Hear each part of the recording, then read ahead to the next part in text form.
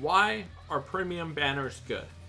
I know me and other content creators, when a premium banner comes along, says, this is a skip, or we say this banner's bad. At least from my personal experience, or I should say from my, not experience, my point of view, when I say they are bad, I am not saying that you should, like, like they're bad characters. I should probably rephrase it to, well, at least depending on the banner, that, you know, like this banner in particular. I say this is an easy skip banner. You shouldn't go too deep in this banner. You should not, you know, spend tons and tons of orbs on this banner because they're premium and you're going to pull them either as filler in future banners or through BBS tickets in the future. But the characters themselves are solid. You know, he's a +5 potion / super potion character. This Mayuri, you know, overall pretty solid. I mean, if you take a look, you know, he has Immobilizer plus Contaminate every 5 seconds. He has dual status ailments on his attacks. He has a full stamina only, increased strong attack damage by 40%. He has status ailment spiritual pressure boost 80%. He has guard break and hit hidden enemies in the same skill. He has ailment reversal. So he has a lot of things that make him stand out and is honestly a good character. Obviously, compared to 1000 Bloodborne Yamamoto, he is not as strong, but he's still good. Then you have some of these ones, which I personally have little to no interest in. I think one of them's a droplet character, I think. Or was that in the previous one?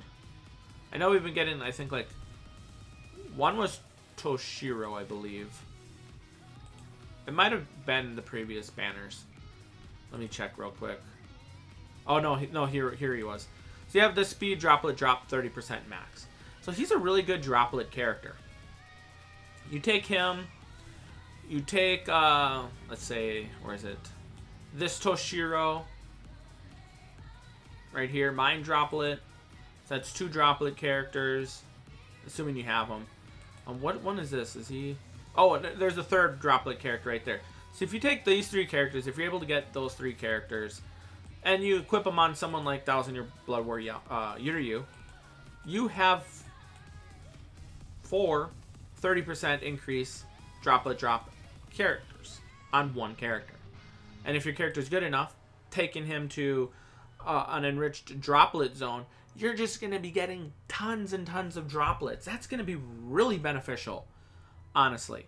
But I say that these banners were skipped. Why is that? Because you're probably going to eventually pull them on either filler banners or BBS tickets. If you take a look at this Hanataro, this Shinigami Garbed Orihime, this Retsu, this Joshiro, all 4 of them were pulled from tickets.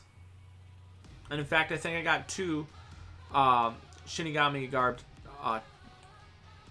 Did I not? Oh, no. This ain't the actual character. This is the album. So, obviously, I'm not going to be able to show you what I have equipped. But, yeah, I believe my Shinigami Garbed is 2 out of 5 for the Orihime. The other 3 are 1. So, I basically pulled them 5 times. Now, if that would have been switched to another one, I mean, I could have ended up pulling this Toshiro. I could have ended up pulling this Soy Phone. I could end up pulling one of these 3 characters. Or maybe even one of these 3 characters. And, you know, once I save up for another 1,000 BBS tickets and I go in, I might end up pulling 1 or 2 or 3 of these newer premium characters. And if we have a mid-month banner that is another premium, well, guess what? You know, that's another potential 3 premium characters that I can end up pulling. And that's really, really nice. Because I'm able to skip these banners, save my orbs, and then let's just say we have a really hype end of month November, mid-month December, end of month December, 1000 Year Blood Warrior Yamamoto rerun banner. That's probably going to be pretty hype. A lot of people are going to summon on it. You know, the poll selection at the end of December. So you're looking at probably like 4, maybe 5 really good banners that are going to be worth summoning on between now and the end of the year. That's going to be a lot of orbs. Let's just say 5 steps, 1,100 orbs each. You're looking at spending between now and end of the year 5,500 orbs. Minimum.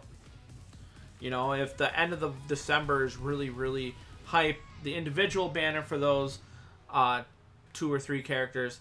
You might end up, depending on how lucky you get, if you get 1 or 2 or none of them, you might be going in on their individuals.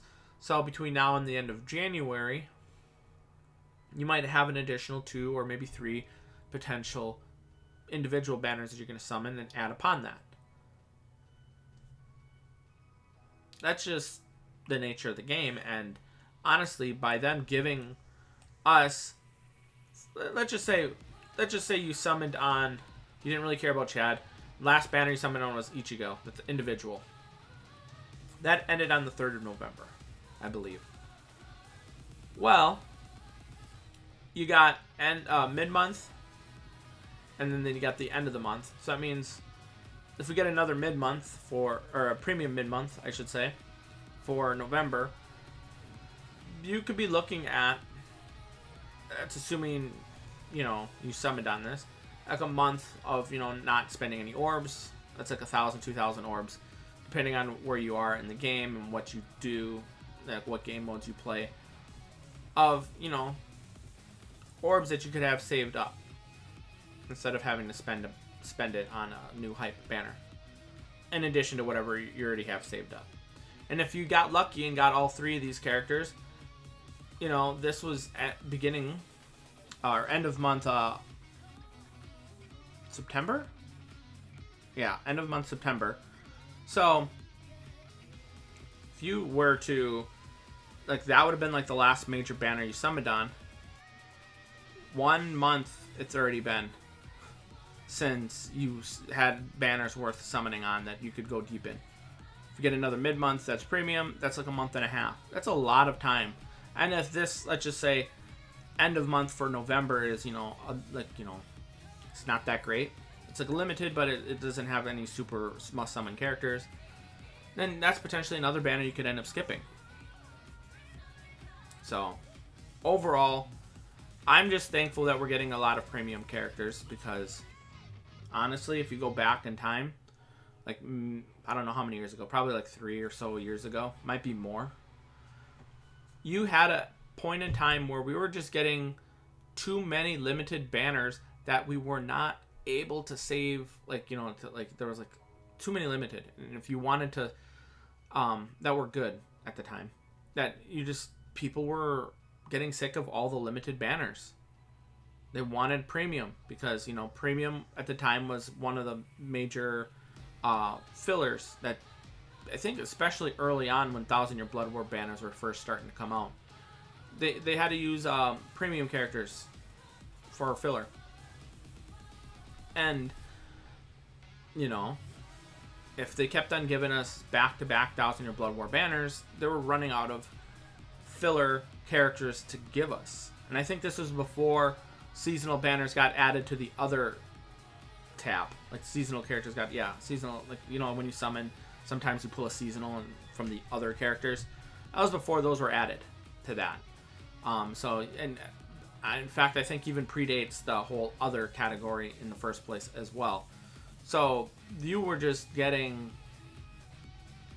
the same premium characters. It's why a lot of older characters, or not characters, YouTubers and players have tons and tons of 5 out of 5 from older characters or older units, because you get, like, let's just say there was Speed Ishin that was getting put in. Let's see if I can find that Speed Ishin. Should be down here. Can I find him? I'm not sure if this Ishin was a filler a lot or not. I wouldn't be surprised if he was. But Speed Ishin was one. Who was some of the other ones? Let's see if they can jog my memory. I know one of the Rurukas, the original Tech Ruruka, I think, was another character that got used as filler a lot. Is Speed Ishin really that? Like, where is he? Here we go. This Ishin, he was filler a crap ton, and a lot of people got him 5 out of 5. And people were sick of this Ishin. Then you obviously have some other characters that were filler. I think this Renji was one of them as well. I'm not sure about this tag team character. I'm not sure if he was or not. But there are certain characters like that that just seem to be filler all the time, and people were sick of them because we weren't getting that many new premium characters that they could throw in there.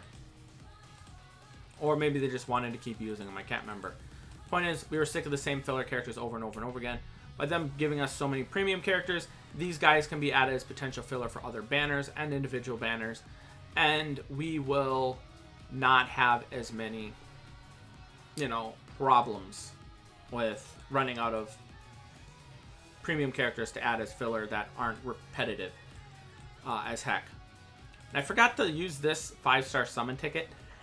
When I said I was done, I forgot to actually use that in the 5-star ticket video. So, yeah.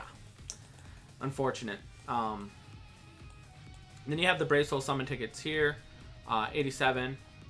Let's just say I save another 400 to 500, not 400 to 500, 420 or 13 actually, 413 to 913 tickets, and then I go in again, and for here, I need another 870 before I get another 1,000 of this, and between now and then, maybe we'll have another premium banner that comes out. So maybe I'll be able to pull some new premium characters, get some orbs back, and maybe overall fill out my collection. Maybe get some old resurrected characters that I have not pulled yet for more orbs. Maybe another Link that was actually pretty good from a character that I don't have yet. Just so much potential if they continuously give us premium characters, even if they're not on par with the limited 1,000 Year Blood War and Safui characters. I would not want them to stop doing it. Even if I say it's an easy skip, the fact is casuals will summon on it, and they'll still give Caleb money. So as long as Caleb still gets funded, that's going to end up being good for us because we can continue to play the game without having to spend a crap ton of money on orbs to keep on going. And unless you like spending money, I personally don't want to spend money on there too much. I got the subscription, and occasionally I'll get the ticket. But I would rather spend, for example, here's a good example. It's like $80 for orbs, for 500 or so orbs or something like that, or something crazy like that. Well, on sale, when the Total War Warhammer 3 on Steam goes on sale, for about the same price, I can buy all the remaining DLC that I need for Total Warhammer 1 and 2 to clear out all those DLC for those games, and that will be added to my Total War Warhammer 3 game as, extra content for the Immortal Empires. And that type of game, I can get thousands of hours on it and play different factions. Let's say if I go through faction 1, maybe I get 10, 20 hours. I'm not sure exactly how long it takes to beat a game. But let's just say, 10, 20 hours. And with all the different factions and lords in there, I'd rather spend the $80 there.